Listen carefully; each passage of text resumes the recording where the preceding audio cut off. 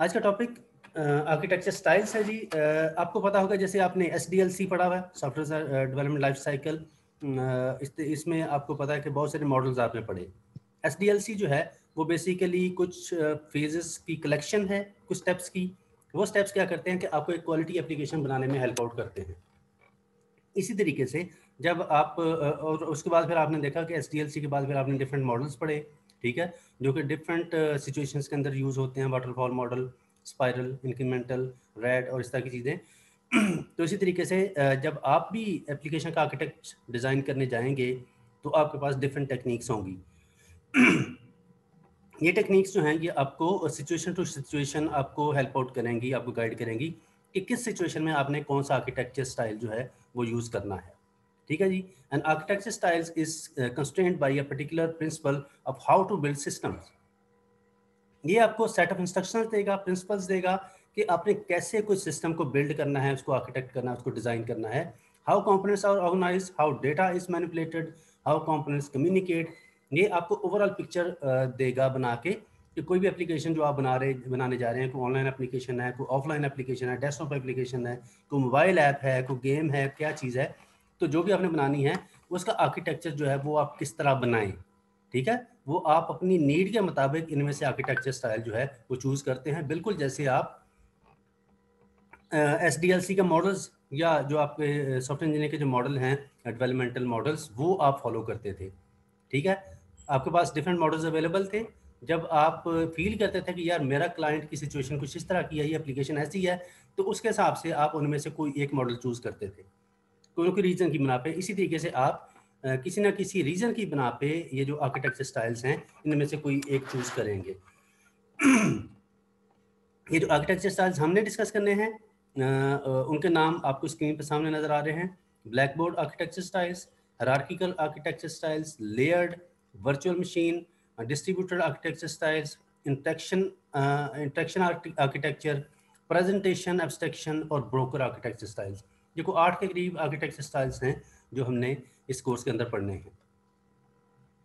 Black board से start करते हैं कि ब्लैक बोर्ड आर्किटेक्चर स्टाइल क्या होता है। जैसे नाम से जाहिर है और पिक्चर भी आपको सामने नजर आ रही है कि सम टाइम आपको पता है कि क्लासरूम के अंदर ब्लैक बोर्ड लगा होता है या वाइट बोर्ड जिसको हम कहते हैं। ये बेसिकली वो सोर्स है या वो प्लेटफॉर्म है जहाँ पे प्रॉब्लम्स सॉल्व होती हैं। ऐसे ही है जी। जो ब्लैक बोर्ड है ये आमतौर पे टीचर यूज़ करता है कि आपको कोई चीज़ समझानी हो, कोई मसला, कोई ऐसी कोई चीज़ है जिसको रिजॉल्व करना है, तो यहाँ पे लिखा जाता है और उसको सॉल्व किया जाता है। और सम टाइम ऐसा भी होता है कि टीचर डिफरेंट लोगों को कहता है कि जनाब आप इसमें पार्टिसिपेट करें, क्वेश्चन लिख देगा और रैंडमली किसी बच्चे को कहेगा जनाब आप आएँ और इसको सवाल को हल करें, फिर दूसरे को कहेगा कि आप हल करें। तो डिफरेंट लोग जो हैं उस प्रॉब्लम को सॉल्व करने में कंट्रीब्यूट करते हैं। ठीक है जी।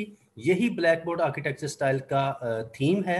अ black board system can be viewed as a group of sitting human specialists next to a large blackboard. They are working cooperatively in order to solve the problem and they use the blackboard as a workplace for solution development. इसमें ऐसे है कि एक हम assume करते हैं कि ये जो ब्लैक बोर्ड है ये एक प्लेटफॉर्म है जहाँ पे कोई चीज़ प्रेजेंट की जाती है, कोई प्रॉब्लम प्रेजेंट की जाती है और डिफरेंट जो एक्सपर्ट्स हैं वो मिल के इस मसले का हल जो है वो ढूंढते हैं या प्रेजेंट करते हैं। समटाइम कोई ऐसी एप्लीकेशन को ऐसी लॉजिक जो कि सिंपल सी हो, आमतौर पे आपको पता है कि आप उसको बैठ के रिजॉल्व कर लेते हैं। कुछ छोटी सी एप्लीकेशन बनानी है तो आप अकेले बना लेते हैं। लेकिन समटाइम अगर कोई कम्प्लेक्स एप्लीकेशन है, कम्प्लेक्स लॉजिक है, कोई कॉम्प्लिकेटेड सॉफ्टवेयर बनाना है, तो फिर उसके लिए समटाइम टीम ऑफ एक्सपर्ट्स जो है वो चाहिए होती है। डिफरेंट लोग उसमें कंट्रीब्यूट करते हैं, तो फिर वो मसला जो है वो हल होता है या उसके रेजोल्यूशन उसकी बनती है। जो आर्किटेक्चर जो ब्लैक बोर्ड आर्किटेक्चर स्टाइल है ये 3 चीज़ों पर मुश्तमिल होता है जी। ये वाला स्टाइल, इसमें एक चीज़ है ब्लैक बोर्ड, इसके अलावा नॉलेज सोर्स और शेड्यूलर। आपने ओपन सोर्स एप्लीकेशन का नाम सुना होगा, किसी ने सुना है जी ओपन सोर्स एप्लीकेशन क्या होती है? Yes sir. जी क्या है, कुछ बता दें बाकियों को भी।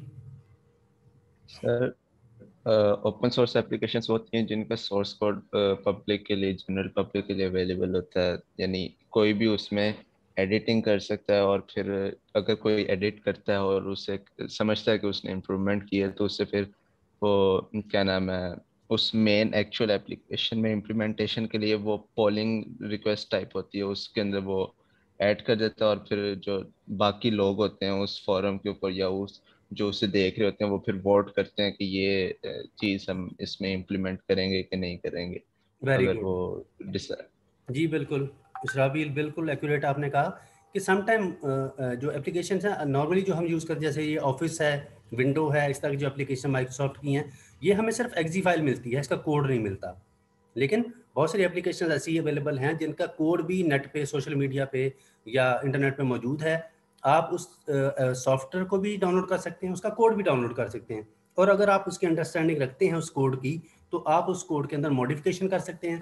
मॉडिफिकेशन करके तो जो भी फोरम है अवेलेबल, वहाँ उस फोरम पे आप भेजें कि जनाब इसके अंदर ये मैंने नई चीज़ ऐड की है। वो उसको देखेंगे, और देखने के बाद अगर देखें कि हाँ बाकी आपने कोई काम का मॉडिफिकेशन की है, तो वो उसको आपके नाम के साथ उसमें एम्बेड कर देंगे या ऐड कर देंगे, और सारी दुनिया फिर आपका काम जो है वो यूज़ करेगी। तो इसमें भी ऐसे ही है कि ब्लैक बोर्ड बेसिकली वो प्लेटफॉर्म है, आप समझ लें, जहाँ पे आपने चीज़ों को सेंड करना है, प्रेजेंट करना है। नॉलेज सोर्स वो एक्सपर्ट्स हैं जो कि बेसिकली चीज़ों को प्रेजेंट करते हैं या प्रॉब्लम का सोल्यूशन देते हैं। और शेड्यूलर वो कंपोनेंट है इस आर्किटेक्चर का जो कि इन चेंजेस को, इन मॉडिफिकेशंस को, इन सॉल्यूशंस को हैंडल करता है। ये अभी जो शराबील ने बात की कि जैसे ही कोई मॉडिफिकेशन ओपन सोर्स एप्लीकेशन की जैसे हम देते हैं, तो कोई ना कोई कंट्रोलिंग बॉडी जो है उसको डील करती है, उसको चेक करती है, और देखती है कि अगर अप्रूवल के काबिल है, तो फिर उसको उसके अंदर इम्बेड कर दिया जाता है, इनकॉर्पोरेट कर दिया जाता है। तो इस तरीके से तीन चीज़ों से मिलकर ये आर्किटेक्चर बनता है कि वो प्लेटफॉर्म जहाँ पे चीज़ें प्रेजेंट होती हैं, प्रॉब्लम्स, वो एक्सपर्ट्स जो कि उन प्रॉब्लम का, उस प्रॉब्लम का सलूशन देते हैं, और शेड्यूलर वो कंट्रोलिंग बॉडी है जो कि उन तमाम सजेशंस को, जो सॉल्यूशंस हैं, उनको कंट्रोल करती है। कि ऐसे नहीं कि जनाब आपने कोई भी ऐसे बाउंड्री मार दी, अपनी मर्ज़ी से कोई कोड चेंज किया, और चेंज करने के बाद उसमें भेज दिया, तो एज इट इज़ वो इम्प्लीमेंट नहीं होगा जब तक कि वो कंट्रोलिंग बॉडी जो है वो उसको, जो शेड्यूलर है वो उसको अप्रूव ना करे। The Blackboard methodology is a complicated system task solving strategy using different knowledge sources communicating by means of common information field। ये जो ब्लैकबोर्ड आर्किटेक्चर स्टाइल है, ये आमतौर पर जो कम्प्लेक्स किस्म की एप्लीकेशंस हैं, जहाँ पे आपको कोई डिस्कशन की ज़रूरत पड़ रही है, यहाँ पे फीडबैक की ज़रूरत पड़ती है, जहाँ पे डिफरेंट नॉलेज सोर्सेज जो हैं, डिफरेंट एक्सपर्ट्स जो हैं वो उसमें पार्टिसिपेट करते हैं, तब प्रॉब्लम सॉल्व होती है। तो इस तरह का अगर आर्किटेक्चर, इस तरह की इशू है, तो फिर आप ब्लैक बोर्ड आर्किटेक्चर स्टाइल की तरफ जाते हैं। Problem solving begins with announcement of a problem. मसले का हल, कोई भी इशू है उसका हल जो है वो तब स्टार्ट होगा जब वो प्रॉपर्ली अनाउंस होगी प्रॉब्लम, कि जनाब उस जो ब्लैक बोर्ड है यानी कि प्लेटफॉर्म, वहाँ पे मसला रखा जाएगा, प्रेजेंट किया जाएगा, और फिर बाकी जो एक्सपर्ट्स हैं वो उसका कोई ना कोई सोल्यूशन देंगे। The specialists are watching the blackboard looking for an opportunity in order to make contribution for the solution development। जो एक्सपर्ट्स हैं वो फिर देखते हैं कि जनाब उनके पास अपॉर्चुनिटी कब आए कि वो अपने उस मसले के अंदर अपनी कंट्रीब्यूशन दे सकें और उस मसले को हल करें। डिफरेंट लोग जो हैं वो अपनी एक्सपर्ट ओपिनियन, अपना सोल्यूशन जो है वो प्रेजेंट करते जाते हैं, और हत्ता कि जो प्रॉब्लम ब्लैक बोर्ड पर प्रेजेंट हुई होती है वो रिजॉल्व हो जाती है। ये उनकी डेफिनेशंस हैं कि वो क्या क्या चीज़ें हैं, कि नॉलेज सोर्स क्या है, अभी मैंने आपको बताया। इसके अलावा ब्लैक बोर्ड क्या है, और उसका जो शेड्यूलर है वो क्या चीज़ें हैं, वो तमाम की तमाम चीज़ें यहाँ पे ब्रीफ इंग्लिश में ब्रीफ की गई। नॉलेज सोर्स, जैसे मैंने कहा कि नॉलेज सोर्स बेसिकली वो एक्सपर्ट्स हैं, या वो नॉलेज का सोर्स है जहाँ से प्रॉब्लम का सोल्यूशन आता है। ब्लैक बोर्ड वो प्लेटफॉर्म है जहाँ पे कोई चीज़ प्रेजेंट की जाती है, या आप ऐसे भी अज्यूम कर सकते हैं, जैसे आपको पता होगा स्टैक ओवरफ्लो एक प्लेटफॉर्म है। स्टैक ओवरफ्लो का पता है ना? Yes sir. बहुत सारे लोगों ने उसको यूज़ किया होगा कि कंप्यूटर साइंसेज के हवाले से जो डिफरेंट प्रॉब्लम्स आती हैं, वो लोग, उस एक वेबसाइट है स्टैक ओवरफ्लो, आप भी खोल के देखिएगा। वहाँ पे लोग, मुझे फॉर एग्जांपल मैं कोड लिख रहा हूँ, तो मुझे उस कोड को लिखने में कोई मसला आ रहा है, मुझे समझ नहीं आ रही कि ये कैसे होगा, तो मैं अपना प्रॉब्लम वहाँ पे लिख दूंगा, उस स्टैक ओवरफ्लो वेबसाइट है वहाँ पे डाल दूंगा। बहुत सारे लोग जो हैं, जो नॉलेज सोर्स जिनको हम कह सकते हैं एक्सपर्ट्स, वो उसके मेंबर हैं उस वेबसाइट के, और वो देखते हैं जैसे ही कोई प्रॉब्लम कोई प्रेजेंट करे वो वेट करते रहते हैं, जैसे कोई प्रॉब्लम आए तो फिर जनाब फ़ौरन उसका सोल्यूशन देते हैं। एक बंदा सोल्यूशन दे रहा है, दूसरा दे रहा है, 10 बंदे 20 बंदे डिफरेंट लोग जो उसका उसकी अंडरस्टैंडिंग रखते हैं उस मसले की, वो उसका सोल्यूशन प्रेजेंट करते जाते हैं।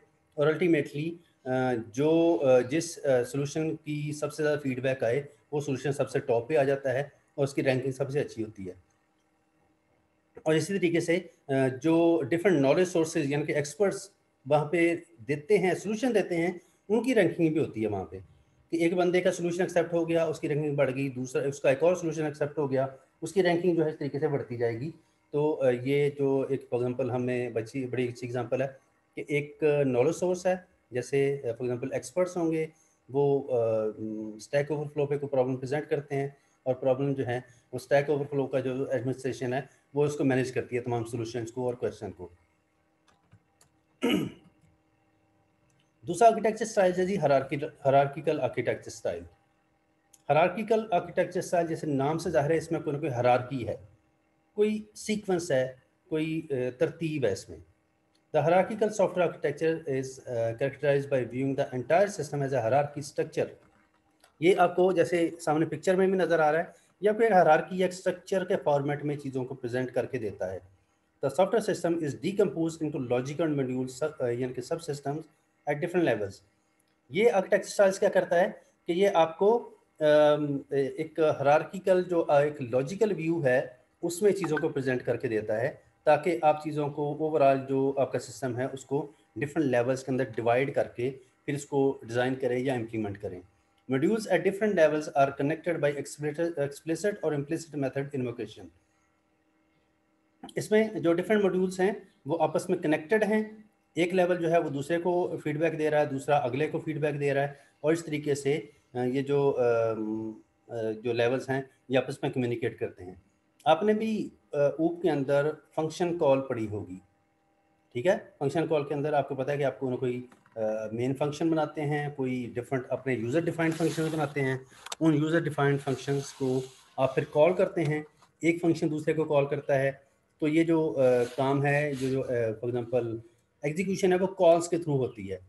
तो मिसाल के तौर पे आपने एक सी का प्रोग्राम लिखा और आपने उसके अंदर 5 अपने फंक्शन बना लिए, एक मेन का फंक्शन है, 5 आपने अपने फंक्शन बनाए, लेकिन किसी भी आपने फंक्शन को मेन के अंदर कॉल नहीं किया मेन से। तो इस सूरत में क्या होगा कि बेशक आपने जितने मर्जी फंक्शंस बनाए हैं वो कोई काम नहीं करेंगे, वो एग्जीक्यूट नहीं होंगे जब तक कि आप उनको कॉल नहीं करते, मेन से उनको कॉल करने का काम स्टार्ट नहीं करते, ठीक है। आप कम से कम एक फंक्शन को मेन से ज़रूर कॉल करेंगे, और कॉल करने के बाद फिर वो अगला दूसरे को करे, दूसरा तीसरे को करे, चौथे को करे, वो आगे सिलसिला चल पड़ेगा, लेकिन आपको एक दफ़ा वो प्रोसेस स्टार्ट जरूर करना पड़ेगा मेन फंक्शन से, ठीक है। अदरवाइज आपका जितना मर्जी कोड है वो बिल्कुल एग्जीक्यूट नहीं होगा। तो इसमें भी कुछ ऐसे ही चक्कर है कि सबसे ऊपर अपर लेयर है, अगर आप देखें सबसे जो टॉप पे बॉक्स आपको नज़र आ रही है अपर लेयर, मिडल लेयर और लोअर लेयर, ठीक है, या लोअर लेवल आप इसको कह सकते हैं। ये जो लेवल्स हैं ये क्या करते हैं अभी हम देखते हैं। आपने अक्सर सुना होगा कि फलां लैंग्वेज जो है वो हाई लेवल लैंग्वेज है, फलां लो लेवल लैंग्वेज है। किसी को आइडिया है इन चीज़ों का कि यस सर।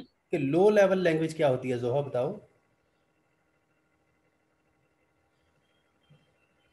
सर जो लैंग्वेज ह्यूमंस बोलते हैं वो हाई लेवल होती है, और जो कंप्यूटर लैंग्वेज समझता है वो लो लेवल होती है। जी जोहा आपका क्या ख्याल है?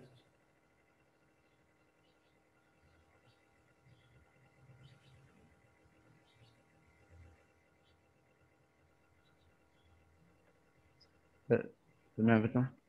एक सेकंड, जोहा ने यस सर कहा था तो उसके बाद गायब हो गई।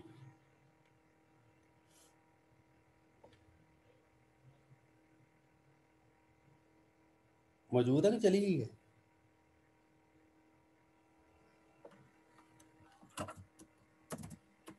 जोहा इशफाक,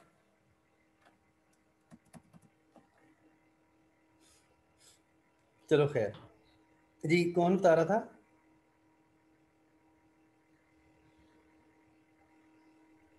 सर जो हाई लेवल लैंग्वेज होती है वो क्लोज टू ह्यूमन लैंग्वेज होती है, यानी वो प्रोग्रामिंग लैंग्वेज हमारी डेली लैंग्वेज से काफ़ी ज़्यादा मिलती जुलती है। लेकिन जो लोअर लेवल लैंग्वेज होती है हम्म, वो जो जो लैंग्वेज कंप्यूटर समझता है, यानी बाइनरी लैंग्वेज है बेसिकली, उसके ज़्यादा करीब होती है। वो हमारी लैंग्वेज से इतनी सिमिलर नहीं होती जो लोअर लेवल तो लैंग्वेज फिर होती इसका हैं। मतलब है कि अगर हमने ये 3 लेवल बनाए हुए हैं, सबसे ऊपर हाई लेवल है, मिडिल लेवल है और लोअर लेवल है, तो यहाँ फिर लोअर लेवल का क्या मतलब हो सकता है?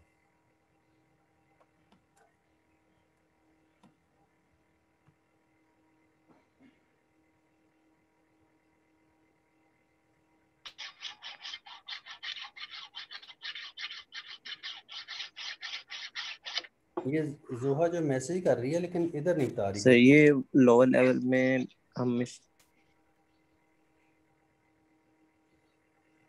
जोहा सबके सामने पूछने का मतलब तो ये है कि बाकी सब सुन लें। अगर आपको एक चीज़ अच्छे तरीके से आती है तो खुदा ना खास्ता अगर किसी को नहीं आती तो उसकी भी अंडरस्टैंडिंग बन जाए।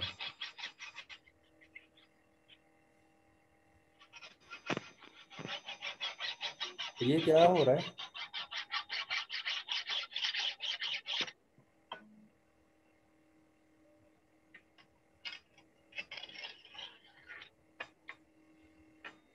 जी, कौन बता रहा था?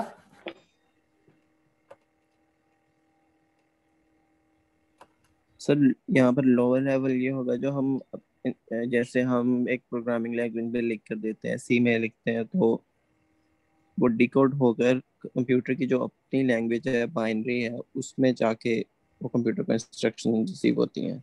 जी तो जहीर, वो तो कंप्यूटर क्लियर हो उनके गया अकॉर्डिंगली कि परफॉर्म प्रोग्रामिंग के करता लैंग्वेज से वो तो है। हमें लोअर देख लिया लेवल पे ये होगा कि प्रोग्रामिंग तो लैंग्वेज मशीन वो के लेवल बिल्कुल कौन सी क्लोज हो होती है जो जाएगी। मशीन लेवल के करीब है। लेकिन अगर सॉफ्टवेयर हम बना रहे हैं तो सॉफ्टवेयर का एक पार्ट है लोअर लेवल पार्ट, तो वो पार्ट कौन सा होगा?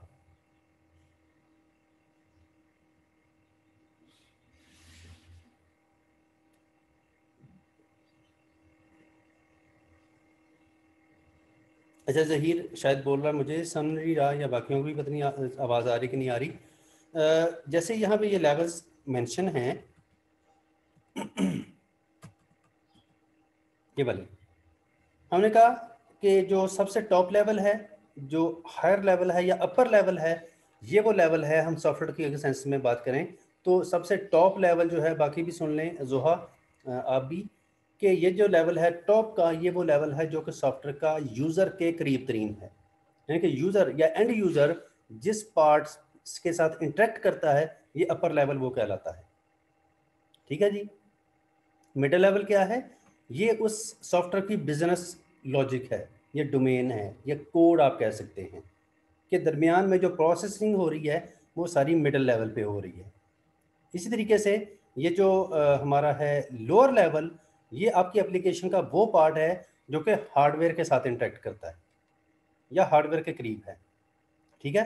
आपको पता है कि जैसे सी के अंदर आप काम करते हैं, सी लैंग्वेज के अंदर, तो उसमें आप कोई ना कोई स्क्रिप्ट लिखते हैं, कोड लिखते हैं। वो कोड जो है प्रोसेसिंग के बाद मशीन कोड के अंदर इंटरेक्ट होता है। और मिसाल के तौर पे आपने उस कोड के अंदर कोई वेरिएबल डिक्लेयर किए हुए हैं और वेरिएबल डेफिनेटली मेमोरी के अंदर डिक्लेयर होंगे, तो इसका मतलब आपका सिस्टम जो है वो हार्डवेयर के साथ इंटरेक्ट कर रहा है।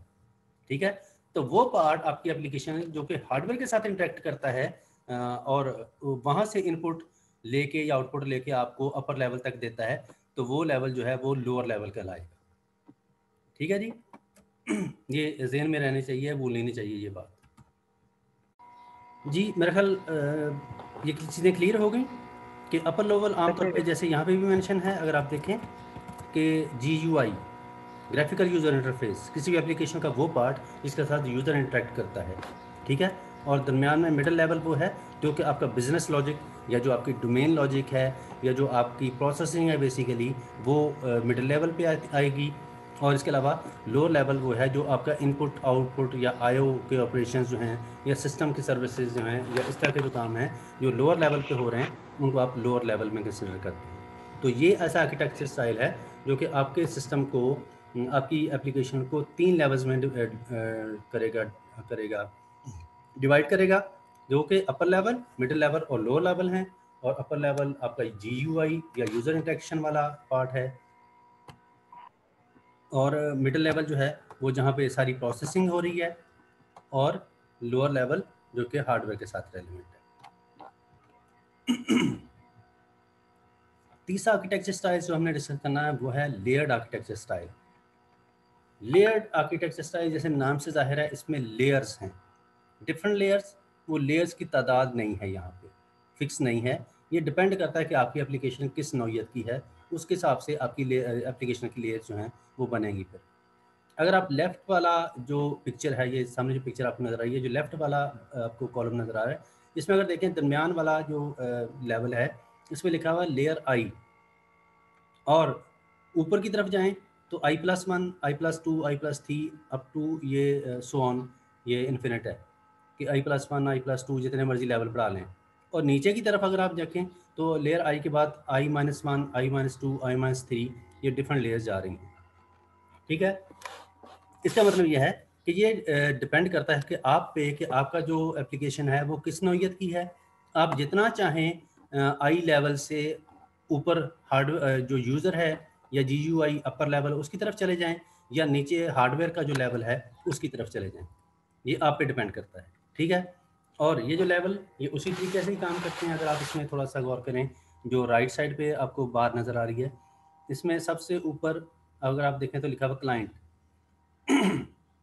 या यूज़र या एंड यूज़र, ये यूज़र इंटरफेस है सबसे टॉप पे, जो कि हमारा अपर लेवल है।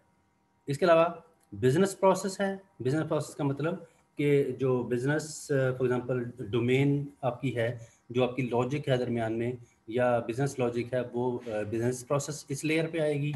इसके अलावा बेसिक यूटिलिटीज़ हैं।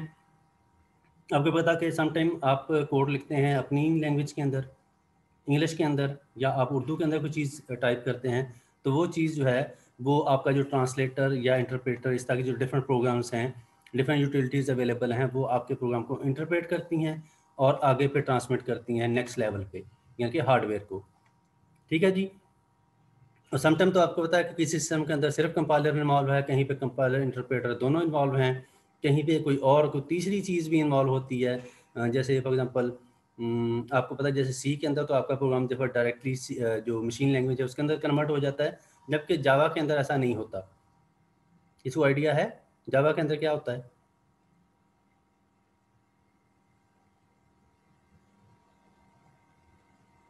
कोई बंदा या नॉलेज रखता है या किसी को इन्फॉर्मेशन है कि जावा के अंदर ये काम कैसे होता है? सी में तो हम इंग्लिश के अंदर अपना प्रोग्राम लिखते हैं C.cpp फाइल के अंदर, और हमारी इंग्लिश जो है वो डायरेक्टली हमारा कंपाइलर या इंटरप्रेटर जो भी है दरमियान प्रोग्राम, वो उसको मशीन लैंग्वेज में कन्वर्ट करता है और प्रोग्राम एग्जीक्यूट हो जाता है, जबकि जावा में ऐसा नहीं होता।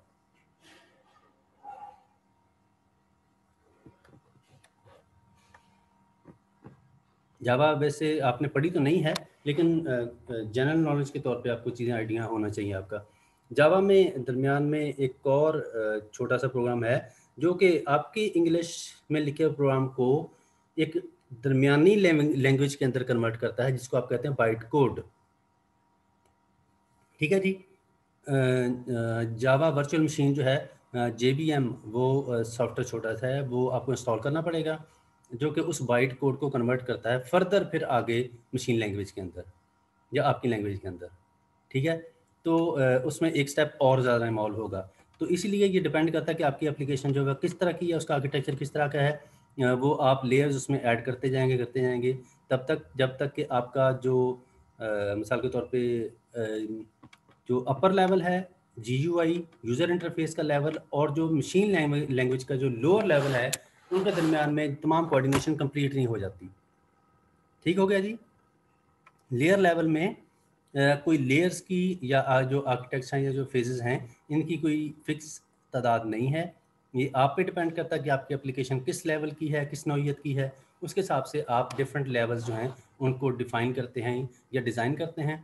आप लेयर आई से स्टार्ट करेंगे और टॉप लेवल पे यानी कि यूज़र की तरफ जितने मर्जी लेवल बढ़ाते जाएँ, और इसी तरीके से जो लोअर लेवल है हार्डवेयर की तरफ, वो भी ओपन एक्स आपके पास चॉइस है कि जितने मर्जी आप लेवल इंक्रीज़ करते जाएं, तब तक जब तक कि आपका जो प्रोग्राम है वो हार्डवेयर से मिलके अपना काम मुकम्मल नहीं कर लेता। ये उसकी डिटेल है जो भी हमने स्टोरी सारी डिस्कस की। Layer architecture style focuses on the grouping of related functionality within an application into distinct layers that are stacked vertically on top of each other. ये कि लेयर्स की सूरत में ये आर्किटेक्चर स्टाइल काम करता है, जिसमें लेयर्स जो हैं वो एक दूसरे के ऊपर वर्टिकली एक दूसरे के ऊपर स्टैक होती हैं, यानी कि ऊपर नीचे लगी होती हैं। जैसे फॉर एग्जांपल कोई प्लेट्स ऊपर नीचे रखी हों, ठीक है, तो जो प्लेट्स हैं फॉर एग्जांपल एक प्लेट जो है वो एक लेयर को जाहिर करेगी और तमाम जो लेयर्स हैं वो आपस में कनेक्टेड हैं। लेकिन होता यह कि जो एक लेयर है वो अपना काम कंप्लीट करने के बाद अपना जो टास्क है, जो अपनी आउटपुट है, वो नेक्स्ट लेयर को ट्रांसफ़र कर देती है। और इसी तरीके से जो for example layer number for example सबसे टॉप पे अगर है 10 नंबर और उसके नीचे 9 है और उसके नीचे 8 है, तो 9 को ये पता है कि 10 से मैंने क्या लेना है और 8 को क्या देना है, लेकिन 10 और 8 को आपस में नहीं पता कि दोनों आपस में क्या कर रही हैं या उनका क्या रोल है आपस में, ठीक है। तो इसके डिफरेंट जो हैं वो फ़ायदे हैं इस प्रोसेस के या इस तरह के आर्किटेक्चर के। मिसाल के तौर पे एक फ़ायदा है एब्स्ट्रैक्शन। एब्स्ट्रैक्शन आपने ऊप के अंदर पढ़ी होगी, तो बंदा बताएगा क्या थी?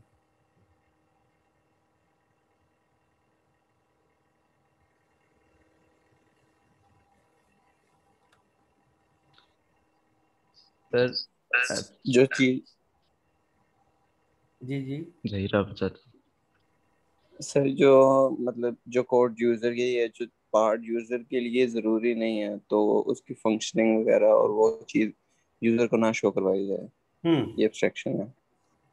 या इंफॉर्मेशन हाइडिंग आप कह सकते हैं, या समटाइम ऐसी ऐसी सिचुएशन आती है कि आपने कोई कोड, आप ये चाहते हैं कि जो यूज़र है उस कोड का, उसको इम्प्लीमेंटेशन नज़र ना आए कि मैंने ये काम कैसे किया है।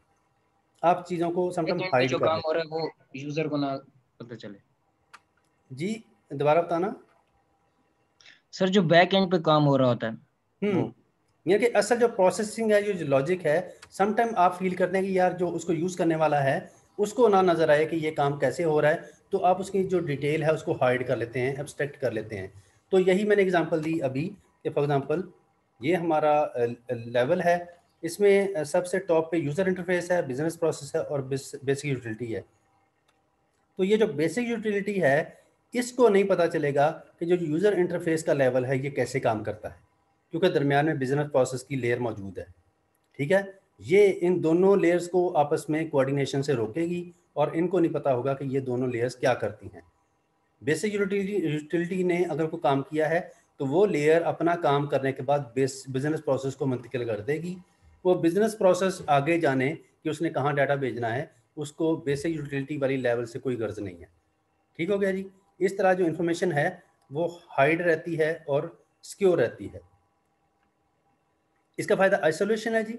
Allows you to isolate technology upgrades to individual layers in order to reduce risk and minimise impact on the overall system. एक चीज़ ये है कि मिसाल के तौर पे ये डिफरेंट लेयर्स हैं, ये इन पे काम हो रहा है और आपने किसी एक लेयर को अपग्रेड करना है, मिसाल के तौर पर बिजनेस प्रोसेस वाली लेयर को, तो आप जस्ट इस लेयर को अपग्रेड करेंगे, इसको छेड़ेंगे, बाकियों को आपको छेड़ने की ज़रूरत नहीं पड़ेगी, बाकियों को चेंज करने की ज़रूरत नहीं है, क्योंकि आपने चीज़ों को डिवाइड किया हुआ है अपनी लॉजिक को। तो जिस लॉजिक के अंदर आपको चेंज करने की ज़रूरत पड़ेगी, जस्ट आप उस स्पेसिफिकली उस लेयर को छेड़ेंगे, बाकी तमाम सिस्टम को छेड़ने की ज़रूरत नहीं पड़ेगी। तो इसका मतलब आपका काम जो है वो ज़रा आसान हो जाएगा। इसी तरीके से अगर कहीं कोई प्रॉब्लम आ रही है तो आप सिर्फ उस लेयर को ठीक करेंगे, आपको सारा सिस्टम जो है वो उसको एनालाइज करने की ज़रूरत नहीं पड़ेगी कि ये देखना पड़ेगा कि जनाब मसला कहाँ पे है। और अब सारा कुछ ही फॉर एग्जांपल जैसे आप सी के अंदर हमें याद है कि हम करते थे कि शुरू में हम सारा कोड जो है वो मेन फंक्शन के अंदर लिखते थे। अब अगर फॉर एग्जांपल 10,000 लाइनों का कोड है, वो सारा हमने मेन फंक्शन के अंदर लिखा हुआ है, तो अगर प्रॉब्लम आ जाए तो हमें थोड़ा ढूंढने में फिर मसला होता है। लेकिन फिर हमने क्या किया कि ग्रेजुअली जैसे हमें थोड़ी सी प्रोग्रामिंग आना शुरू हुई तो हमने अपने कोड को क्लासेस फंक्शंस के अंदर डिवाइड करना शुरू कर दिया और उनका कोई नाम रखना शुरू कर दिया ताकि हमारी अंडरस्टैंडिंग जो है या चीज़ों को मैनेज करना आसान हो जाए। ठीक हो गया। तो जब आप किसी भी आर्किटेक्चर को क्लासेस या इस तरह लेयर्स के अंदर डिवाइड करेंगे तो चीज़ों को मैनेज करना आसान हो जाएगा। इसी तरीके से अगर मिसाल के तौर पे ये डिफरेंट लेयर्स हैं किसी एप्लीकेशन की, कोई हैकर या अनऑथराइज्ड यूज़र या प्रोग्राम किसी एक लेयर को एक्सेस कर ले, मिसाल के तौर पे बिजनेस प्रोसेस लेयर को, तो उसकी एक्सेस सिर्फ इसी लेयर तक होगी, जो नेक्स्ट लेयर्स हैं वहाँ तक उसकी एक्सेस नहीं होगी क्योंकि वो सेपरेट हैं। इस तरीके में वो सारा सिस्टम जो है उसको एक्सेस नहीं कर पाएगा या हैक नहीं कर पाएगा। जिस एक लेयर पे उसकी एक्सेस है सिर्फ उसी को वो डैमेज कर पाएगा। इसका मतलब कि जो डैमेज लेवल है वो कम से कम होगा। इसमें परफॉर्मेंस इंक्रीज होगी क्योंकि हर जो लेयर है वो अपना काम कर रही है, अपना काम करने के बाद नेक्स्ट लेयर को ट्रांसफर कर रही है। तो इस तरीके से अगर फॉर एग्जांपल ये हमारे साथ भी ऐसा ही है कि अगर एक बंदे को एक काम दिया जाए एक वक्त में तो बड़े अच्छे तरीके से कर लेगा, लेकिन एक बंदे को अगर 5 काम पकड़ा दिए जाएँ तो सारे कामों की क्वालिटी जो है ख़राब हो जाएगी। ठीक है, तो इसी तरीके से परफॉर्मेंस एक इसका एस्पेक्ट है या एक एडवांटेज है कि एक लेयर को जब एक टास्क परफॉर्म करना पड़ेगा तो बड़े अच्छे तरीके से वो अपना काम करने के बाद नेक्स्ट लेयर को ट्रांसफ़र कर देगी। मैनेजेबिलिटी है कि जब चीज़ों को आपने सेपरेट मैनेज किया हुआ है, साइन किया हुआ है, तो चीज़ों को मैनेज करना, उसको समझना, समझाना, डील करना, ऑडिट करना, उसकी डिबगिंग करना, उसकी टेस्टिंग करना, हर चीज़ आसान हो जाता है। ये ऐसे ही है कि जैसे 5 बंदों को मैंने एक ही काम असाइन किया हो तो उनमें से कोई बंदा अगर काम नहीं करेगा तो मुझे पता होगा कि खालिद को मैंने ये काम कहा था।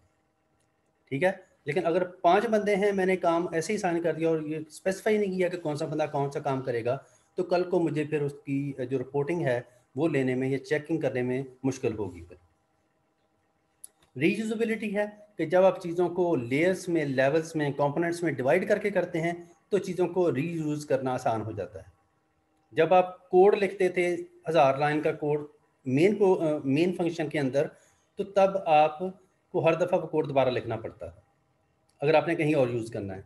लेकिन जब आपने क्लासेस बनाना शुरू कर दी तो जस्ट आप एक दफ़ा क्लास बना के रख लेते थे और फिर क्या करते थे, जस्ट उसका नाम या उसका इंस्टेंस क्रिएट करते जाते थे और उसको रीयूज़ करते जाते थे। ठीक है जी। इसके अलावा टेस्टेबिलिटी है कि जब आपने चीज़ों को डिवाइड किया हुआ है अलग-अलग कंपोनेंट्स की सूरत में, लेयर्स की सूरत में, तो उनको टेस्ट करना इंडिविजुअली आसान है। जैसे मैंने कहा कि जब मैंने 5 बंदों को 5 टास्क असाइन किए हों, उनमें से एक काम नहीं हुआ, तो मुझे पता होगा कि ये काम मैंने किस बंदे को दिया था। मैं फ़ौरन उससे कहूँगा, हाँ जी नासिर साहब आपने ये काम नहीं किया। ठीक है? तो इस तरह चीज़ों को टेस्ट करना, ऑडिट करना, रिव्यू करना आसान हो जाता है। ये था जी आज का लेक्चर, टाइम भी हो गया। आज हमने जो डिफरेंट आर्किटेक्चर स्टाइल्स हैं वो 8 के करीब होंगे, उनमें से हमने तकरीबन जो कोई 3 हैं वो आज हमने डिस्कस किए हैं।